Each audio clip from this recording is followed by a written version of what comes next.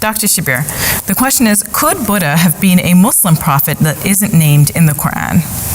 To answer that, we have to think about what is meant by a prophet, first of all. So in Muslim theology, a prophet is someone to whom God communicated directly, and usually that person has a mandate to preach to others as well, to share the message that God has delivered to them.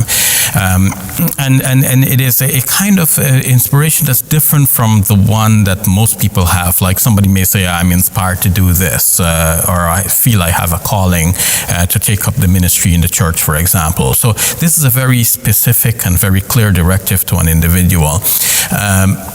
Now, in the Quranic perspective, there have been such individuals at all times in all places. Why? Because God is giving this as His part of His mercy, it's like benefits, like the air we breathe, the sunlight we benefit from. The guidance on how to live one's life needs to be accessible to all people at all time.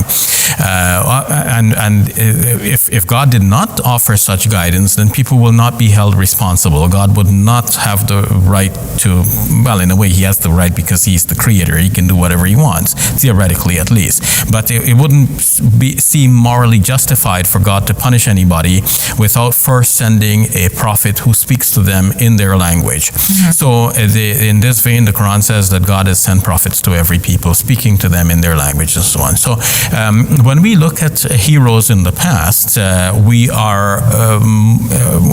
would rather think that there is a great possibility that this was a prophet than to think otherwise, because in Muslim perspectives, we need to find more prophets everywhere. Mm-hmm. So when we see that such a great person as the Siddhartha Gautama, called the Buddha, is celebrated in another religion, we presume that he might have been a prophet of God. Now, of course, what is known about his teachings are very different from the Islamic teachings, but we always allow for the possibility that a great man's teachings could have been misremembered and misrepresented and misunderstood over time.